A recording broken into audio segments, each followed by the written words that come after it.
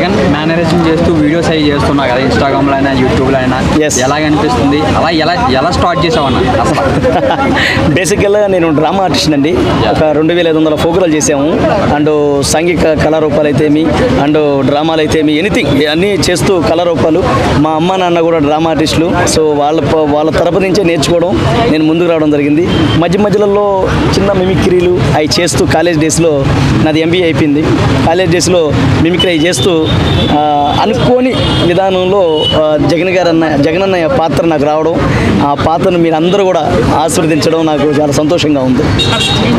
అసలు మీరు ఏ ఊరు అన్న ఎక్కడి నుంచి ఏంటి? మాది నెల్లూరు అండి. నెల్లూరులో అక్కడే చదువుకున్నాను. తర్వాత వరంగల్లో ఉన్నాము కొన్ని రోజులు, కొన్ని సంవత్సరాలు ఉన్నాం. ఎందుకంటే నా నాన్న అమ్మ డ్రామా ఆర్టిస్టులు కాబట్టి నాటకాలు వేస్తూ ఆ తర్వాత హైదరాబాద్కి వచ్చాను. జగన్ గారి పాత్ర చేయడానికి మీరు ప్రాక్టీస్ చేశారా సపరేట్గా? మళ్ళీ కొత్తగా ఏమన్నంటే మీరు ఏమి ఇన్పుట్స్ తీసుకున్నారు జగన్ గారి నుంచి కానీ ప్రికాషన్స్ మేనరేషన్ రావడానికి? ఒక కళాకారుడు ఇన్పుట్స్కి అవసరం లేదండి. ఒక కళాకారుడు అయితే చాలు. ఇన్పుట్స్ అదేమన్నా జిమ్ అటు ఇటు చేయడానికి ప్రాక్టీస్ అదే ఉందా? ప్రాక్టీస్ లేదండి. ఓకే, మధ్యలో మరి పాత్రలు చేస్తున్నప్పుడు మధ్యలో ఏమైనా బెదిరింపులు ఏమైనా ఎదుర్కొన్నారా? ఎటువంటి నన్ను అందరూ ఎంజాయ్ఫుల్గా చాలా చక్కగా చేశారండి. అంటే ఎవరికైనా ఒక ఇంట్లో ఒక తండ్రిని తిడితే అందరికీ కోపం వస్తుంది. సో నేను చేయడంలో అది ప్లస్ అయిందో మైనస్ అయిందో పక్కన పెడితే ఫస్ట్ ఆయన పాత్ర నేను చేయడం అనేది నా అదృష్టం, నా పూర్వజన్మ సుకృతం. నా కన్న తల్లిదండ్రులకి హృదయపూర్వక ధన్యవాదాలు. నిజంగా జగన్ లాంటి అది నాకు రావడం నా అదృష్టం ఇంతమంది కళాకారులలో. ఎస్. ఫైనల్గా ఒక జగన్ గురించి మీ అభిప్రాయం ఏంటి?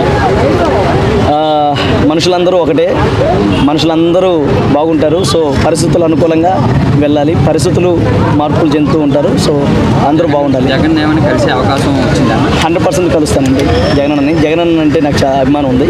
సో 100% కలుస్తాం. అలాగే అన్ని పార్టీలు అందరూ మనుషులు ఎంకరేజ్మెంట్ చేస్తేనే మాకు 4 పూట్ల 3 పూట్ల అన్నం తినగలం.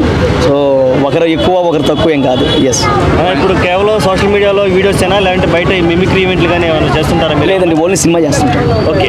Yes, only cinema. అంటే సినిమాలో ఆర్టిస్ట్గా చేస్తుంటారా? అవునండి. అంటే మిమిక్రీ క్యారెక్టర్లు చేస్తారా లేదంటే ఏ క్యారెక్టర్స్ని చేస్తారా? నేను క్యారెక్టర్లు చేస్తానండి, మిమిక్రీ చేయను.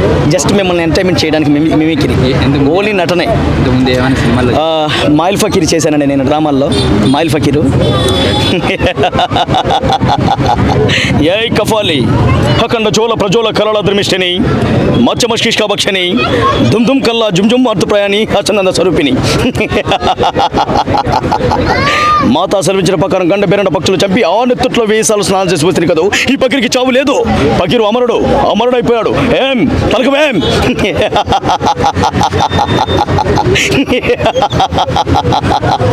సంగు. సో నేను డ్రామాలు వేసానండి. ఆ మాయిల్ ఫకీర్ గారి యాక్షన్ చేశానండి. అలాగే ఇప్పుడు కర్ణం గారి వీధి అనే సినిమాతో మీ ముందుకి మార్చి 2025 మార్చి 2nd వీక్ ఆ 3rd వీక్లో మీ ముందుకు రాబోతున్నాం. సో మీరందరూ కూడా ఇలాగే మమ్మల్ని ఆశీర్వదించాలి. ఎస్. ఫైనల్గా జగన్ మేనేజర్ చేసుకోవచ్చు. ఎస్.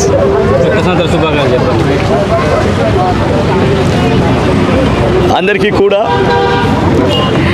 నూతన సంవత్సరంతో పాటు సంక్రాంతి శుభాకాంక్షలు కూడా తెలియజేస్తూ అందరూ కూడా చక్కగా సంతోషంగా జాగ్రత్తగా ఉంటారని మనస్ఫూర్తిగా కోరుకుంటూ వెళ్ళొస్తానక్క, వెళ్ళొస్తా చెల్లి, వెళ్ళొస్తా. Thank you.